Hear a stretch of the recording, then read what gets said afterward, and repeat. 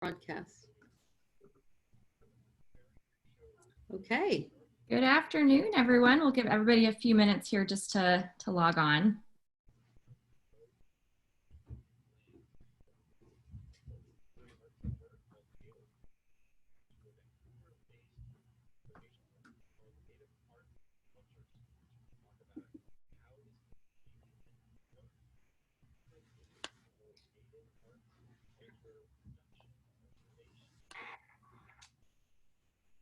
Okay, I think we can go on ahead and jump in.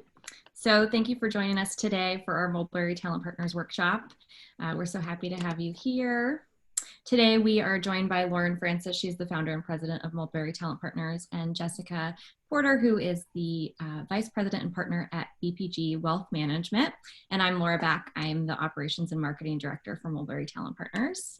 Just a quick introduction to Mulberry. If you're not familiar with us, we are a staffing and recruiting agency headquartered here in Portland, Oregon. We specialize in HR, professional and financial office, payroll, and operations positions for direct hire, temp to hire, and temporary positions.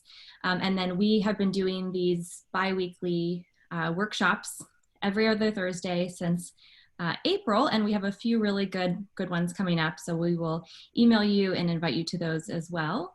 And then today we did have some questions that were pre-submitted, but if anything comes up during the webinar, please feel free to use the Q&A prompt on Zoom and go on ahead and submit those questions, and we can save some time for the end of those. So without further ado, I'll go on ahead and pass it over to Jessica. Thank you so much, Laura. Share my screen here. Okay, thank you to Mulberry. Thank you so much for having me. Thank all of you for joining us today. I'm really glad to be here. I think it's a good time to talk about money. So what I have today is a survival guide for new investors. So I'm going to talk a little bit about what to do with your money during crazy times like these, and what you should be doing with your money all the time. I have a lot to cover today. I'm going to go through this thoroughly, but quickly. I want to make sure that I'm respecting all of your time that you're spending with me today. So I wanted to start with just a short introduction of myself so that you can get to know me a little bit better. And then I want to share a little bit about my story and why I do what I do. So I am Jessica Porter. I'm a financial planner. As you saw from the introduction slide, I'm with BPG Wealth Management. I am a millennial. I am originally from Texas. As you can see from the picture of me and my sweet Sadie here, I am a dog lover. I'm also a financial mistake maker and a former credit card abuser. So when I was growing up, we did not have a lot of money. And I think that I became more aware of that as I got older through middle school and high school. Fast forward to when I'm in college, I was going to school full-time. I was working full-time at a very fancy car dealership. And I was surrounded by people who had lots of money and lots of nice things. I felt like I was working really hard and I deserved to treat myself. At the same time, of course, I am trying to establish myself as an adult, and my bank has issued me a credit card with a far higher limit than I should have ever had in my early 20s. So my first purchase was a handbag that I'd had my eye on for a while. So I did treat myself, and that is okay. And theoretically, I should have been able to pay this off within a few months and not pay that much in interest and move on. Except then my car broke down and I had to put the down payment for my new car on that credit card. Then my dog got sick. She ended up in the hospital for a couple of weeks. She had 2 different surgeries. I'm not going to tell you how much that cost, but it was a lot, and that went on the credit card. She turned 13 this year. She's my absolute favorite thing in the world. Those are dollars that I will never regret spending.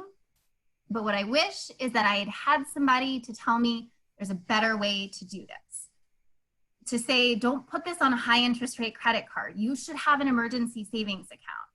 I didn't know what a financial advisor was. I didn't grow up knowing that was a thing. And so now as a financial advisor, I want to be able to be that resource. I want to help people not only not make the mistakes that I made, but also help them figure out and get out of those mistakes, because I feel like there is a lot of stigma and shame around making financial mistakes or being in debt. And I felt that before.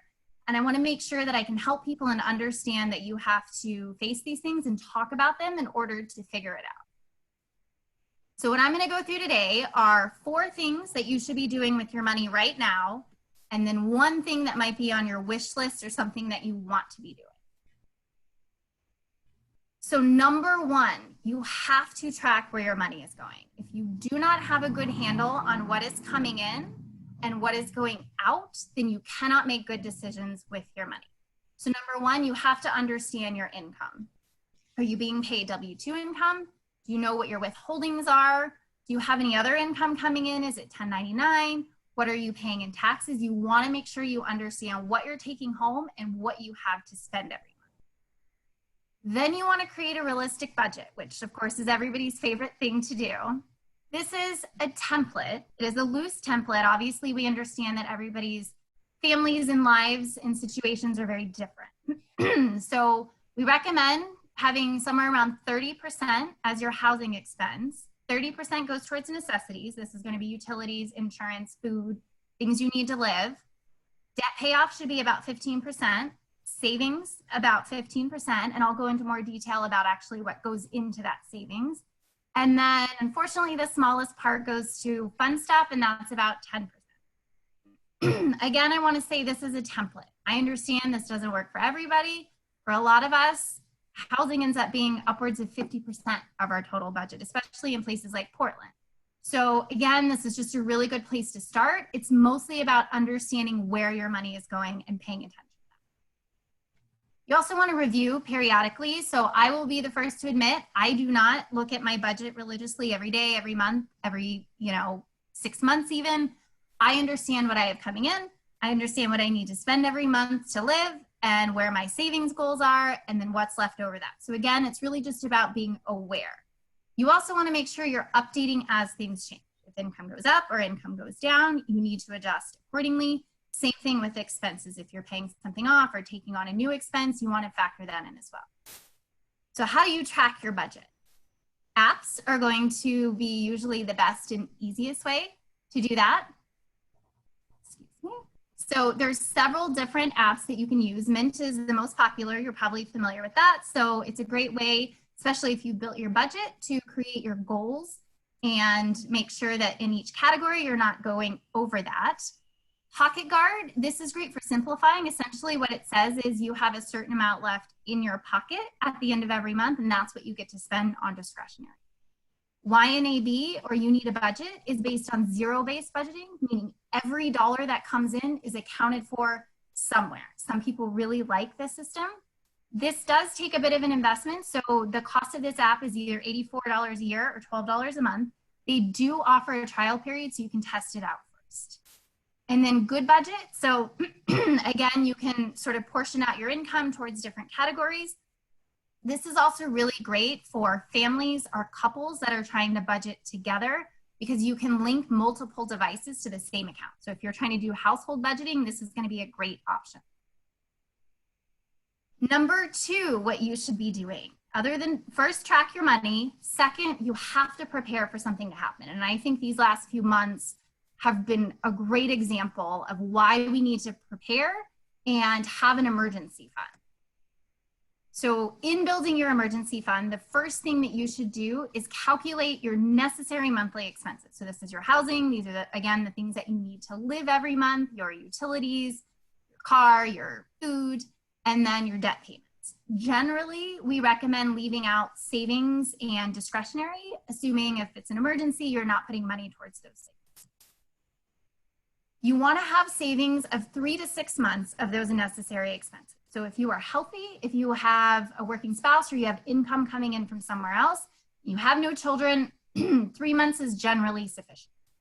If you do have children, you've only got one income coming in, we recommend trying to have 6 months in emergency savings. If you are just, excuse me, starting to build your emergency savings, you want to aim to have 7 to 10% of your monthly income going towards it. So I mentioned that 15% total savings.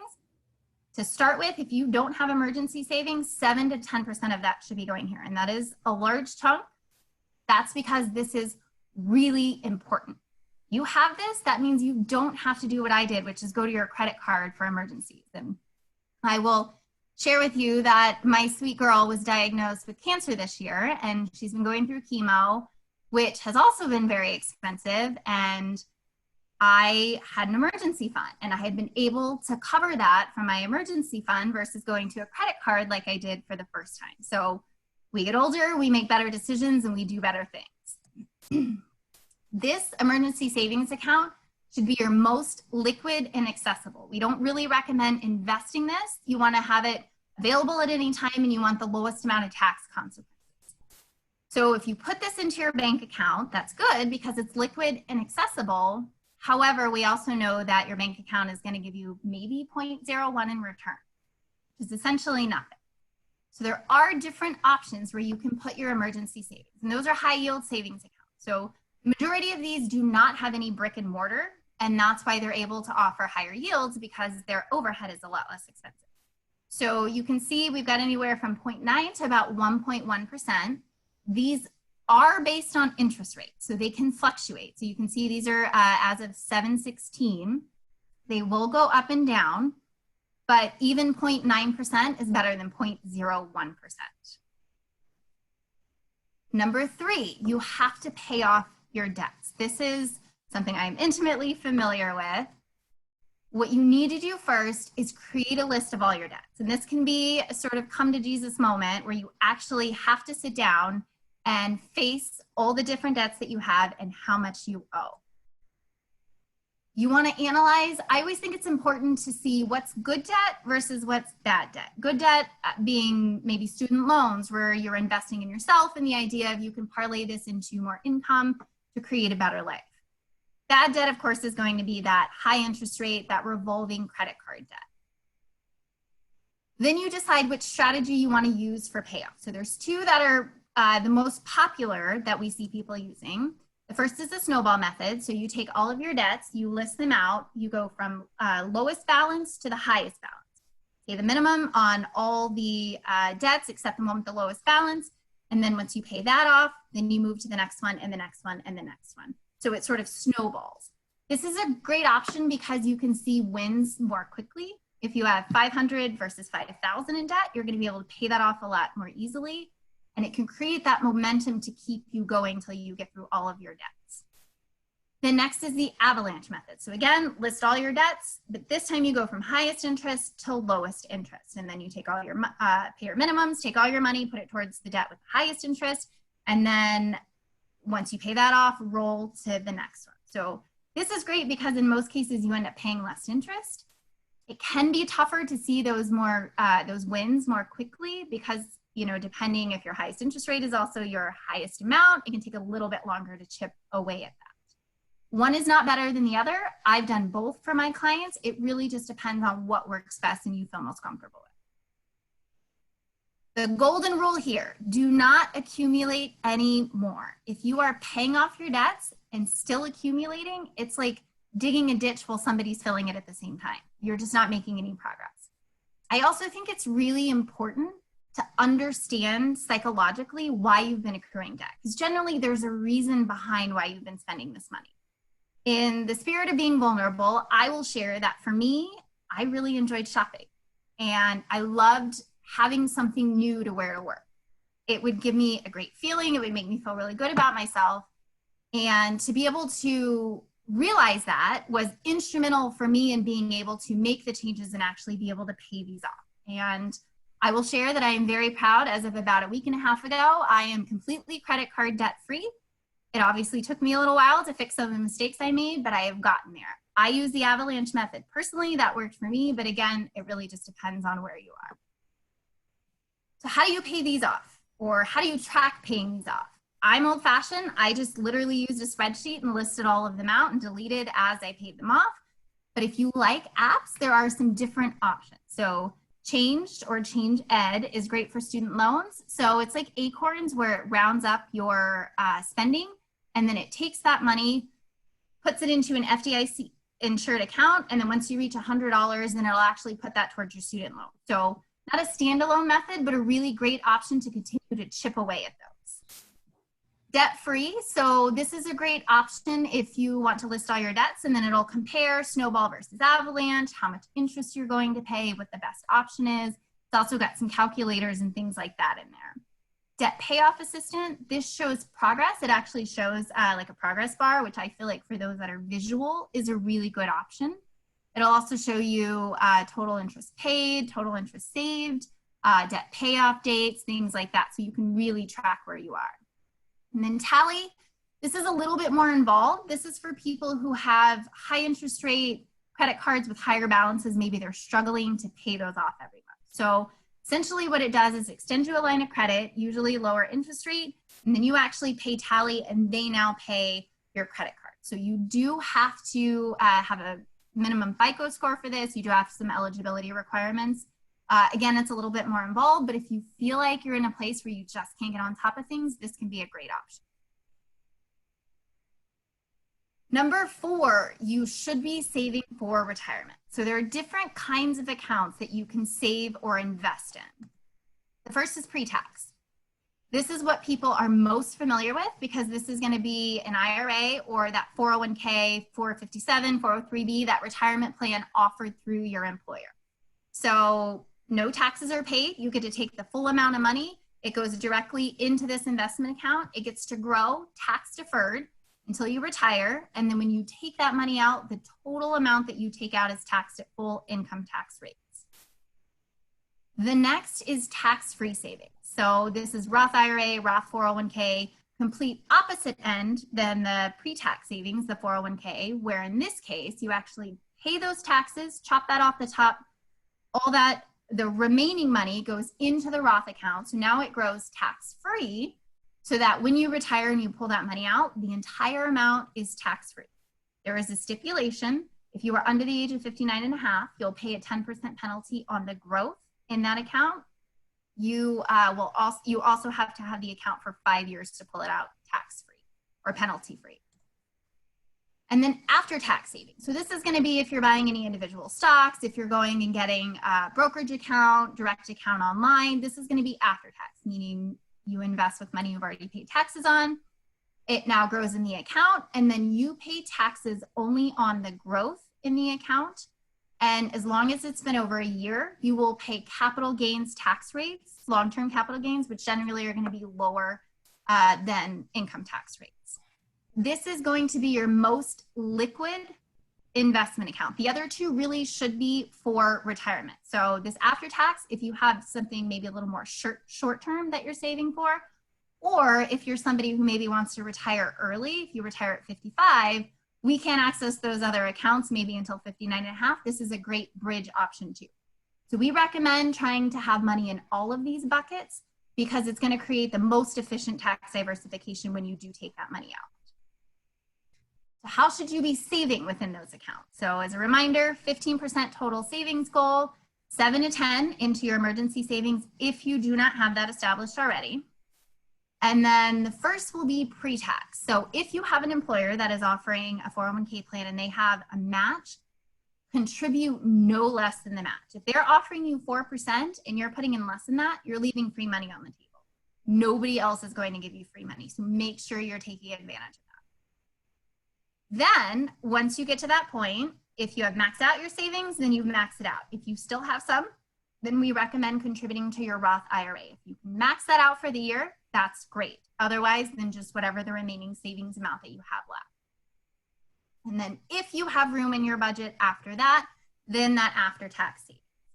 Now I want to say here, this is a general recommendation. Obviously, everybody's situation is going to be different. So if you have higher income, pre-tax savings might be a little bit better. If you're saving for something short-term, after-tax savings would be a little bit better. So again, this is just a really great sort of place to start and a rule of thumb if you're just getting started investing. I want to talk to, so while we're talking about investing, a little bit about investor behavior, what it's like to invest obviously during scary times and what our recommendations are. And I'll talk a little bit about the market too. So what we have here is a graphic showing 30-year returns from 1987 to 2016. So obviously this does not have COVID factored in, but it does have 08, 09 in here. So we can see US stocks were a little over 10%, International stocks were about 5.4. Gold and homes were both at 3.5. Inflation at 2.7. So normally I like to ask the audience to guess what they think the average investor return was during this period. So you and me, just out investing our money in the market, making decisions on our own. I want to be conscious of time. So I'm not going to ask, but I will ask you to think, what do you think the average investor return was? What would you and I get during that time period? So I will tell you, may or may not surprise you, it was 2.6%. We did not even quite keep up with inflation. This is what we call the investor behavior penalty. And this is because when things get a little rough and scary, it's really emotional. Understandably so, of course. We look at our statement and we've lost money and that feels scary. So things are going down and we feel like now's a good time to get my money out. I shouldn't be in the market. So we pull our money out. And then things start to go back up and we think, oh, cool, this is a great time to get back into the market. I'm going to put my money back in. Except now we've done what we know we're not supposed to do, and we sold low and we bought high. And in a lot of cases, that return or that recovery can happen so quickly that it's really impossible to time the market, and we may end up missing that. Now, again, I want to say this is for generally younger investors. If you have maybe 10 plus years until retirement, obviously, if you're closer to retirement, your situation is going to be a little bit differently. But generally, our recommendation is please just stick it out. It feels scary. It feels like you should get your money out of the market, but you should stick it out. And the next slide will actually show us a little bit more about that.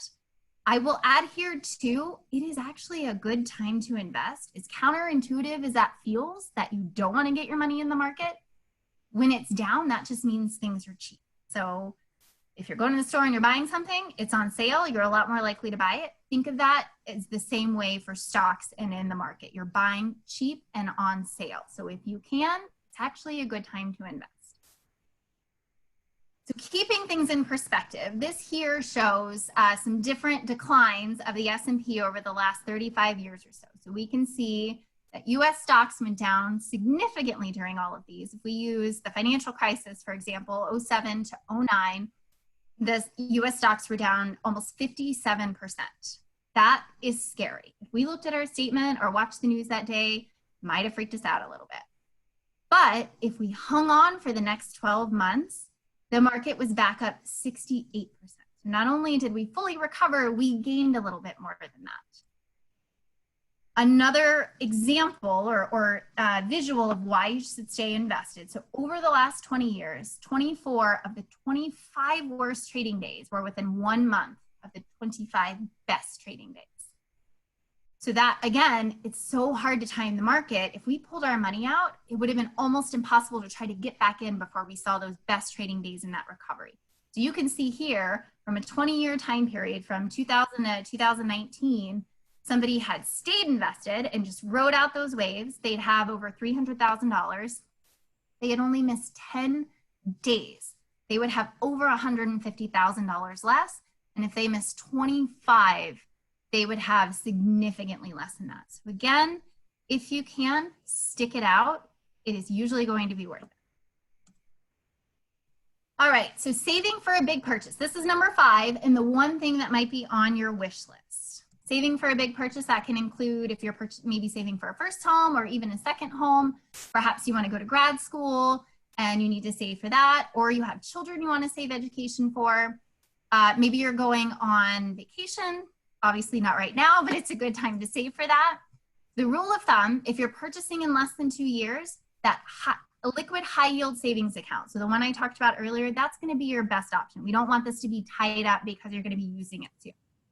It's going to be within 2 to 5 years. A conservative short-term after-tax investment should be your best option. Like I mentioned, that after-tax investment is going to be your most liquid. Now, timeline is really going to be the biggest factor here. So if you're saving for something even longer, say you just had a child and you want to start saving for their college, that's 18 years down the road, you can go a lot more aggressive. These are our 5 things. I wanted to finish with just a few frequently asked questions. So these are things that I get quite a bit that I wanted to go through. So the first question is, should I pay off my debts or my student loans before I start investing? So if you've ever worked with a financial advisor, you've probably heard this answer. It depends. because it always depends. So in this case, it depends on the interest rate. So if you're saving for the long term for retirement, your goal should be somewhere between 7 to 10%. If any of your interest rates are lower than this, usually student loans, if they're subsidized, you'll see those lower, then you should be balancing. So that 15% towards savings, 15% paying towards debts. If your interest rates are higher than that, let's say you've got a credit card at 25%. I'm not going to say you can get 25% return in your investment account. Take that extra money and try and pay down those high interest rates or high interest rate debts first. Can I save for a big purchase and be investing for retirement at the same time? Yes, but a couple of things first. You want to make sure that those high interest rate debts are paid off. That's going to be your first priority. You also want to make sure that you've got that emergency savings. Once you've reached those two goals, then you can save, again, you want to save up to that employer match. Don't leave free money on the table. And then either save the total remaining savings towards your short-term purchase, or split that between your short-term purchase savings and your Roth. And this, of course, depends on age and then timeline for purchase. Last frequently asked question, should I keep a credit card to maintain and build my credit? So yes, but only if you are not carrying a balance. You do not want to have this as revolving credit card debt. And having a credit card is not troublesome for you. So again, I think, this can be troublesome for some people, and it's okay and important to realize that. You can build credit without a credit card. So you can repay existing loans if you've got student loans. You're going to purchase the car. That's going to help as well. Pay your rent, pay your bills on time, because if you don't, that will ding your credit. And then you can also get a credit builder loan. So this is similar to a secured credit card. Essentially, you're approved, the funds are locked away, you pay on it, and then once you paid on it, you actually get access to those funds. So sort of a simple way to start building your credit. So I will finish up with a couple of stats that I think are really impactful and really important. $17,000. This is the median retirement savings for families aged 56 to 60. $17,000. I don't know about you. My expenses are more than $17,000. We have to do better than this. 66%. This is the number of millennials, those that are aged 21 to 32, who have absolutely nothing saved for retirement. Again, we have to do better than that. What could possibly be 100%? People who saved more and were glad they did. So I will leave you with the lesson from my mom that she always told me when I was younger. She would say, Jessica, nobody in the world ever woke up and said, oh crap, I saved too much money. What was I? She's a very wise woman, and I would encourage you to remember that lesson and just think about how you're going to feel if an emergency comes up or when you retire, and how glad you are going to be that you started and that you made good decisions now to be able to set yourself up for a better place in the future. Thank you. Thank you, Jessica. That was exceptional. Thank you. Really That well. was really great, Jessica. Yeah, Thank you. really appreciate it. So we had some questions. Good. Let's see, we have 2 minutes left. I think we could probably, we had one that actually came in through the Q&A I could throw in there. This person says, if I've gotten my debt under control now and I want to buy a home and save for retirement, which should I focus on? I know you touched on this. Yeah, so that's a good question. So debts are paid off. I would say as long as you have an emergency fund, my recommendation would be if your employer is offering a match, try and make sure that you're contributing to that match. Because it's pre-tax, you'll actually see a reduction in your take-home pay of less than you're contributing. So if it's 4%, you'll see less than 4%. And then I would say if you want to purchase within the next few years, I would recommend really putting the bulk of the rest of your savings towards that goal, especially if you're younger, because you've got a little bit more time, you're contributing to retirement, and then you want to meet that goal. That would be my recommendation. Great. And then Jessica, when would you suggest that somebody get in touch with a financial advisor? Is there a certain point in someone's career that they should reach out to someone like you? So honestly, I'm a little biased, obviously, because I'm an advisor, but I would say at any point, and I work with a lot of younger generation, young professionals that are maybe just getting started. And I would say, even if you just want to maybe have a consultation, I'm more than willing to talk and just figure out, okay, here's where I am. Do you need a financial advisor at this point? Maybe not. Maybe it's simple enough that you just need to make a few decisions.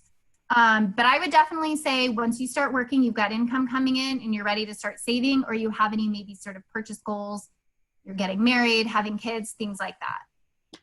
Great, thank you. So I think we're gonna go on ahead and wrap up. Just to share our upcoming workshops, we have a few great ones coming up. We're gonna have Career Rehab with Kanika Tolver, the Confidence Project with Tracy Hooper, and then Career Marketing with Delina Bradley coming up. And then we have some other ones rolling out for the fall that we'll be sharing shortly. So thank you so much for your time today, Jessica. This was incredibly impactful, at least for me, and I hope that all the attendees feel the same way. Excellent. Thank you, Jessica. Thanks for joining us today. And all of you Thank you. and all of you that attended. Thanks so much. Bye. Okay, bye. Have a good week.